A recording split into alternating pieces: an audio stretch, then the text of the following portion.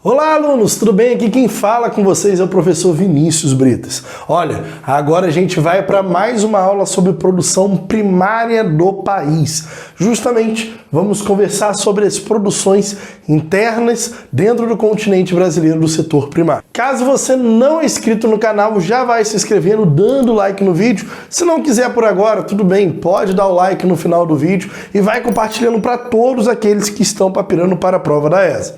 Lembrando que a gente tem uma série de vídeos, uma playlist para a prova da ESA, e essa aula, ela tem uma aula anterior justamente sobre produção agrária do país, justamente sobre as características do setor agrário do país. Então, volte à aula anterior caso você não tenha visto. E sim, recomende a todos que estão papirando para a prova da ESA, que a prova está chegando, a gente tem que reforçar o conteúdo. Tranquilo? Já falei demais, toca-lhe a vinheta.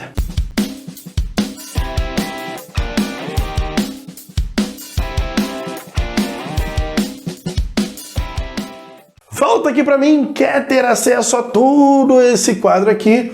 Não se preocupa, você vai ter acesso sim, basta você acessar esse primeiro link aqui da descrição, que justamente vai ser encaminhado ao post para que você possa ver todo esse quadro aqui, muito bem escrito, e fazer suas anotações. Tranquilo? Eu já falei muito, a gente vai tentar entender o processo agrícola do país, a gente vai tentar entender como se deu a agricultura, o seu espaço, a sua produção espacial agrícola do país, e depois a gente vai ver a produção extrativista do país. Mas, de fato, a gente pode dividir em alguns trechos, como a gente está analisando a produção agrícola do país. Quando eu falo da produção agrícola, eu vou dar um destaque para esse centro-oeste, que ocupa trechos do Mato Grosso e Mato Grosso do Sul, a soja brasileira.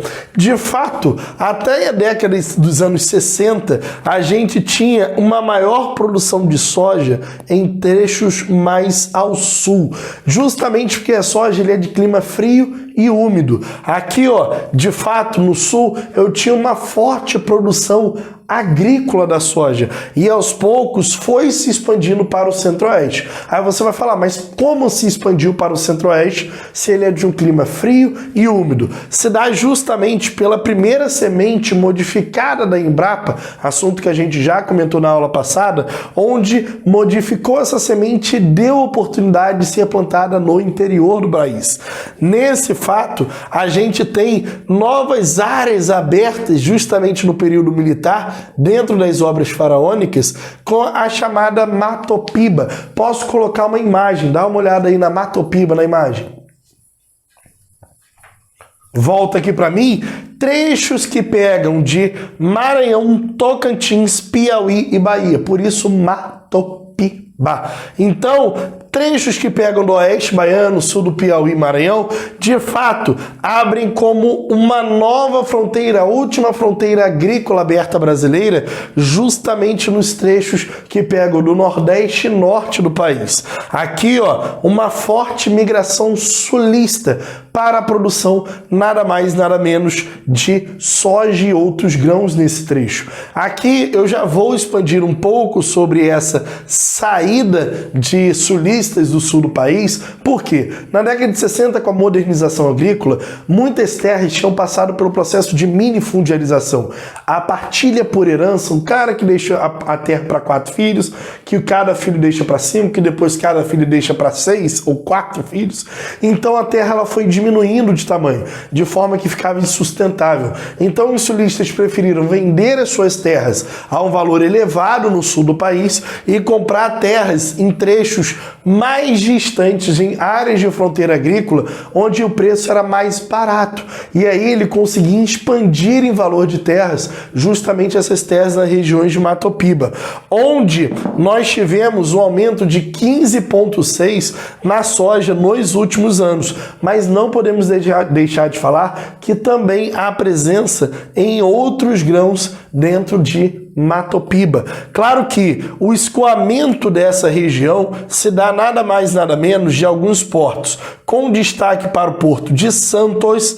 Então, parte dessa produção ela é escoada também da soja, aqui na soja do centro-oeste meridional, ao porto de Santos e ao porto de Paranaguá, através da rodovia 277. Então, tanto o porto de Santos e porto de Paranaguá são os maiores exportadores de soja, mas também há outros caminhos, através de Matopiba, pela estrada de ferro Carajás, utilizando da hidrovia do Rio Tocantins e também da hidrovia do Rio Madeira, sendo ligada pela Ferronorte até a região de Porto Velho. Então, eu tenho formas de escoamento dessa soja. Isso daí é um assunto que a gente vai estar falando um pouco mais à frente, que a gente vai falar sobre a rota da soja, justamente na aula de transportes, que a gente vai comunicar isso daí de forma clara.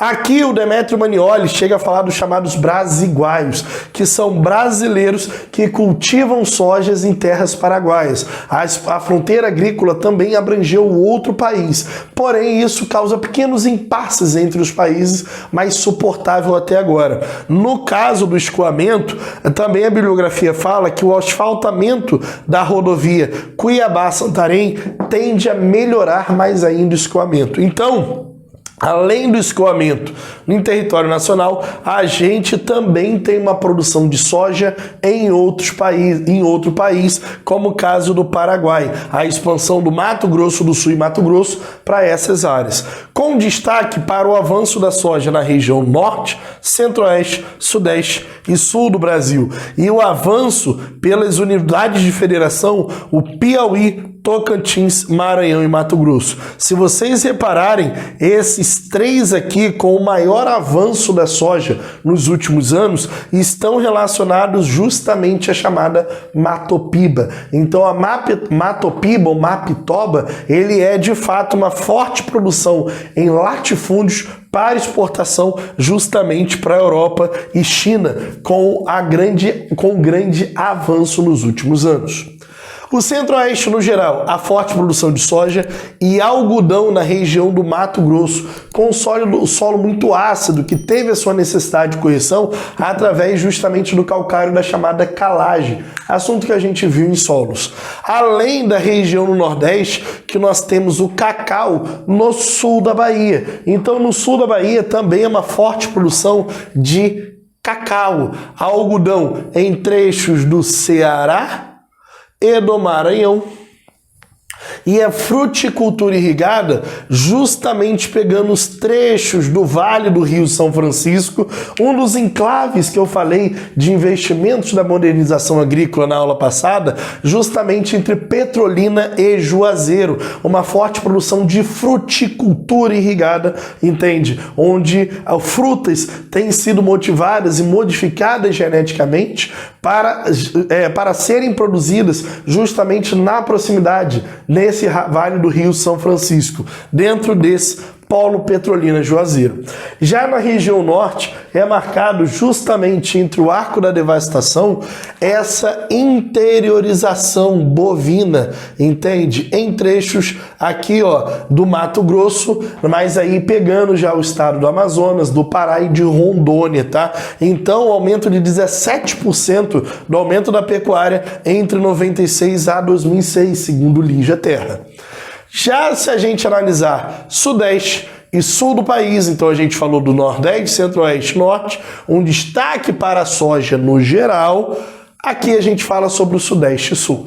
De fato, o Sudeste e Sul, eu tenho a presença de imigrantes europeus na sua ocupação, principalmente no século XIX, tá? Com a chegada de imigrantes europeus, gerando pequenas propriedades. Então, principalmente essas áreas aqui são marcadas por pequenas propriedades, assim como também áreas de pequenas propriedades aqui, ó, no agreste nordestino, com a produção também de uma fruticultura, oleocultura, um setor de policultura no geral, também no agreste nordestino. Se a gente pudesse falar onde há uma área com predomínio de pequenas e médias propriedades, seria justamente a região do agreste e a região próximo do extremo sul do país. Essas duas regiões, de forma muito clara, de presença de pequenas e médias propriedades. Com a presença de produção de arroz, feijão, mandioca, as pequenas propriedades com trabalho familiar presente no sul do país, com a descendência de italianos no Rio Grande do Sul,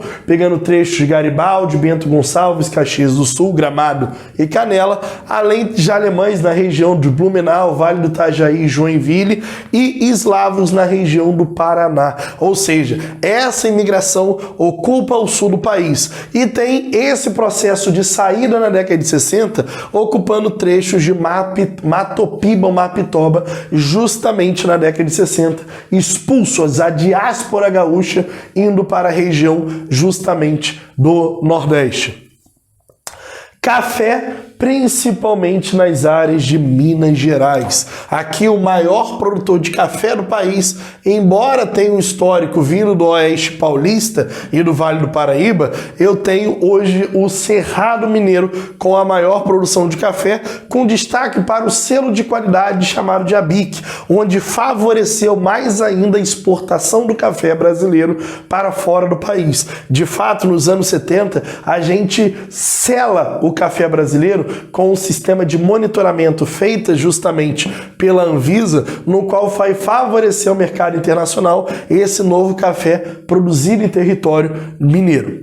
Milho na região de Paraná, então eu vou botar aqui o milho um pouco mais amarelado, justamente na região do Paraná, com cana-de-açúcar e laranja, tá? Cana-de-açúcar e laranja justamente nas regiões de São Paulo. O maior produtor de cana-de-açúcar está em São Paulo e o produtor de laranja também. Esse daqui, no produtor de laranja, se estende também para Minas Gerais, chamado de cinturão cítrico entre São Paulo e Minas Gerais. Como laranja, o principal exportador e produtor é o estado de São Paulo, gerando mais de 400 mil empregos e 59% da exportação mundial de laranja fica por São Paulo, no qual tudo que é produzido, 90% de fato vai para fora. Além também da presença do gado, em galinhas, por exemplo, na região do Mato Grosso do Sul e do Sul, bovinos em Mato Grosso, Minas Gerais, Goiás e Mato Grosso do Sul,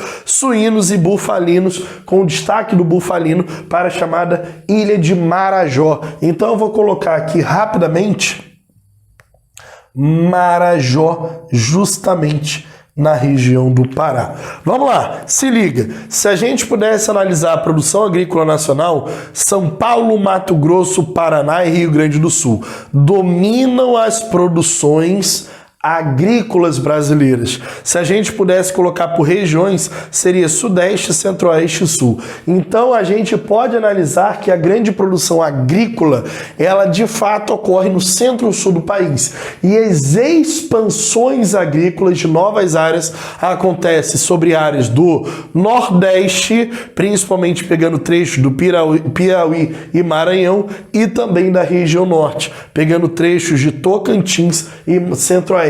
O norte do Centro-Oeste, com o caso do Mato Grosso. Então, as maiores produções no centro-sul do país e as maiores expansões acontecendo no norte e nordeste do país. Então, isso daqui é uma característica de fato da produção agrícola brasileira, com uma produção extremamente concentrada, presença de latifúndios ocupando grande parte do país, as terras virgens ocupando as partes da região norte e a fronteira agrícola no chamado Arco da Devastação.